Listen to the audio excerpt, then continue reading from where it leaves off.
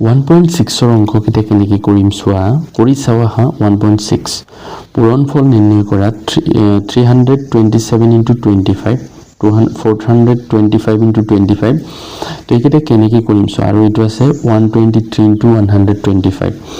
তো এইবিলাক কৰাৰ কিছুমান ছুটি নিয়ম কিতাপখনত দিয়া আছে তো আমি সেই ধৰণে কৰিব লাগিব কিন্তু আগতে যেনেকৈ পূৰণ কৰিছা তেনেকৈ কৰিলে হ'ব যেহেতু ইয়াতে কোনো নিয়ম লিখা নাই কিন্তু ইয়াত ছুটি কি নিয়মত কৰিছে চাই লোৱা যদি 25 ৰে পূৰণ কৰিব লাগে তেতিয়া হলে কোনো এটা সংখ্যাক প্ৰথমতে 100 ৰে পূৰণ কৰিবা তাৰ পিছত 4 ৰে হৰণ কৰিলে আমি 25 ৰে সেই সংখ্যাটোক পূৰণ কৰি যেটো সংখ্যা পাম হেটো আমি পাই যাম আৰু যদি কেতিয়াবা 125 ৰে কোনোবা এটা সংখ্যাক পূৰণ কৰিব লাগে তো প্ৰথমতে তোমালোকে সেই সংখ্যাটোক 1000 ৰে পূৰণ কৰিবা কৰি পেলাই 8 ৰে হৰণ কৰি দিলে হ'ল তো এই নিয়মত যদি কৰো আমি অংককেইটা কেনেকৈ কৰিম চোৱা তো কৰি চাওয়া 1.6 ত এক নম্বৰ অংকটো কি আছে সব পূৰণফল নিৰ্ণয় কৰা বা ফাইন্ড দা প্ৰডাক্ট ইংৰাজীত আছে তো 327 into 25 তো এই অংকটো কেনেকৈ কৰিম চাই লবা 327 into 25 তো এতিয়া আমি প্ৰথমতে 327 ক কিমান দি পূৰণ কৰিম 100 ৰে equal to কি হ'ব 327 লগত দুটা 0 বহিব এতিয়া আমি এইটুক অৰ্থাৎ এই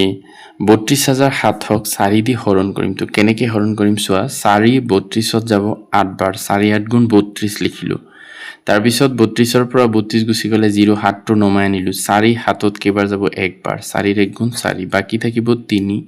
এটা শূন্য নমাই আনিলো 30 ত 4 যাব 7 বাৰ 4 7 গুণ 28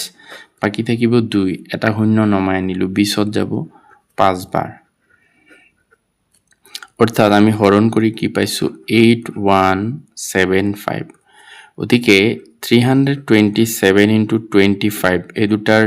পূৰণফল বা এই দুটাৰ প্ৰডাক্ট হ'ব এইটোৱে 8175 তো এইটোৱে আছিল ছুটি নিয়ম যে 25 এৰে যদি কোনো সংখ্যাক পূৰণ কৰিব লাগে বা মাল্টিপ্লাই কৰিব লাগে প্ৰথমতে তাক সেই সংখ্যাটোক আমি 100 দি মাল্টিপ্লাই কৰিম বা পূৰণ কৰিম কৰি পেলাই যেটো সংখ্যা আমি পাম হেতুক 4 ৰে হৰণ কৰিলে আমি যেটো সংখ্যা পাম হেইটোই হ'ব পূৰণফল অৰ্থাৎ 25 ৰে পূৰণ কৰি যেটো সংখ্যা আমি পাম হেইটো এনেকৈ পাই যাম তো এইটোই আছিল ছুটি নিয়ম তো 2 নম্বৰটো চোৱা নম্বৰটো একে আছে 425 into 25 তো ইয়াতো আমি আগৰ নিচিনাকৈ প্ৰথমতে কিমানেৰে পূৰণ কৰিম 100 ৰে তো ইয়াতে এইবিলাক নিলিখিলেও হ'ব তো 100 ৰে যদি পূৰণ কৰো কিমান হ'ব যেহেতু 425 ৰ 1 গুণ 425 তাৰ পিছত শূন্য দুটা বহিব তাৰ পিছত আমি এটো ইংৰাজীটো এনেকৈ লিখিবা সেম ইয়াক আমি কিহেৰে হৰণ কৰিম 42500 to ডিভাইড কৰিম 4 ৰে তো 42500 ইয়াক 4 ৰে যদি হৰণ কৰো কিমান পাম চোৱা 4 4 ত একবাৰ যাব বাকি থাকিব এটো 2 নমাই আনিলো 2 ত না যায় 25 দুটা অংক একেলগে নমাই আনিলে ওপৰত এটা 0 দিব লাগে তো 4 25 ত কেবাৰ যাব 6 বাৰ বাকি থাকিব কিমান 1 এটা শূন্য নমাই আনিলো 10 ত যাব দুবাৰ 4 2 গুণ 8 10 ৰ পৰা 8 গুছি গলে 2 এই শূন্যটো নমাই আনিলো 20 ত কেবাৰ যাব 5 বাৰ অৰ্থাৎ আমি কিমান পাইছো 10625 অৰ্থাৎ এই দুটা সংখ্যাৰ পূৰণফল কিমান হ'ব 10625 তো এই প্ৰসেসটো আসলতে সহজেই লাগে 25 ৰে এইটো হৰণ পূৰণ কৰাতকৈ মানে এইটো প্ৰসেসত যদি আমি পূৰণ কৰো পূৰণফলটো এইটোৱে ওলাব তো এইটো আছিল আনসাৰ তো এতিয়া পিছৰ অংকটোত চাবা দিয়া আছে যে 123 into 125 যেহেতু ইয়াতে 125 আছে এই কাৰণে নিয়মটো মই ইয়াতে এবাৰ লিখি দিছো এনেকৈ লিখিলে হ'ব নিলিখিলেও হ'ব সো 123 যেহেতু 125 ৰে আমি পূৰণ কৰিবলৈ কৈছে তো 125 ৰে পূৰণ কৰাৰ ছুটি নিয়ম হ'ল প্ৰথমতে আমি 1000 ৰে পূৰণ কৰি লম তো ইয়াক 1000 ৰে পূৰণ কৰিলে কিমান হ'ব সো 123 ৰ লগত 1 পূৰণ কৰিলে 123 কেইটা শূন্য আহিব তিনিটা তো এটো ইংৰাজীত লিখিলে কি লিখিম মাল্টিপ্লাইং 123 by 1000 we get 123000 একেটা হ'ব তাৰ পিছত আমি এই সংখ্যাটো কিহেৰে হৰণ কৰিম 8 ৰে 12300 8 ৰে হৰণ কৰিলে আমি কি পাম চোৱা 1 2 3 000 তো 8 12 যাব একবাৰ বাকি থাকিব 8 ৰ 1 গুণ 8 বাকি থাকিব 4 তো 3 টো নমাই নিলে 43 43ত 8 কেবাৰ যাব 8 5 গুণ 40 5 বাৰ যাব বাকি থাকিব 3 এই শূন্যটো নমাই নিলো 30ত 8 কেবাৰ যাব 8 3 গুণ 24 বাকি থাকিব কিমান 6 আৰু এটা শূন্য নমাই নিলো 60 60ত যাব 8 7 বাৰ 56 থাকিব 4 আৰু এটা শূন্য আমি নমাই নিলো যাব কেবাৰ 5 বাৰ অৰ্থাৎ আমি কিমান পাইছো 15375 15375 ইংৰাজীত ডিভাইডিং আমি কাক ডিভাইড কৰিছিলো 1 2 3 000 ইমানক by divided we get 15375 গতিকে এই দুটাৰ প্ৰডাক্ট কি হ'ব 15375 এটো হ'ব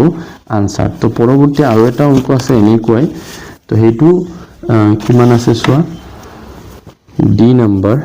440 into 125 তো এইটো আমি ডাইৰেক্ট লিখিম 440 ক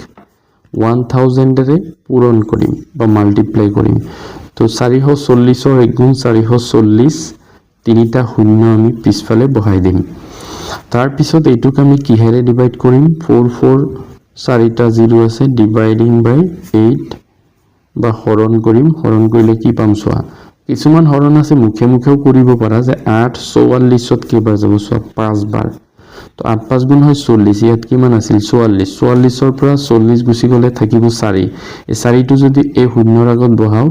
আকৌ 40 হ'ব 40ত কেবাৰ যাব 5 বাৰ তো শূন্য কেইটা বাকি থাকিল চোৱা 3টা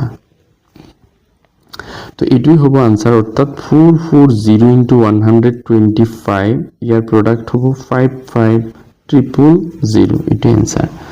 তার পিছত আছে সোয়া 926 into 125 তো ইয়াতে আমি যদি 926 ক 1000 ৰে পূৰণ কৰো কিমান পাম একৰ লগত 926 পূৰণ কৰিলে 926 হ'ব তিনটা 0 আহিব তাৰ পিছত 926 ক 92600 ক আমি 8 ৰে হৰণ কৰিম হৰণ কৰিলে এটো পাতি পেলাই কৰি দিছো 8 9 যাব একবাৰ বাকি থাকিব কিমান 1 এই দুইটো নমাই নিলো 12ত কেবাৰ যাব একবাৰ থাকিব কিমান 4 6 টো নমাই নিলো 46ত কেবাৰ যাব 5 বাৰ 8 5 গুণ 40 তিনটা শূন্য আছিল হেকিটা লৈ আনিলো 6 আৰু এটা শূন্য নমালো 8 60ত কেবাৰ যাব 7 বাৰ 56 থাকিব কিমান 4 এটা শূন্য নমাই নিলো 40ত কেবাৰ যাব 5 বাৰ আৰু না যায় ওদিকে এটা শূন্য যে বাকি থাকিল এটো ওপৰত উঠাই দিলা কিমান পালো 115750 অৰ্থাৎ 926 into 125 ৰ প্ৰডাক্ট হ'ব 11575 0 তো এইটোৱে আছিল 1.6 ৰ সমাধান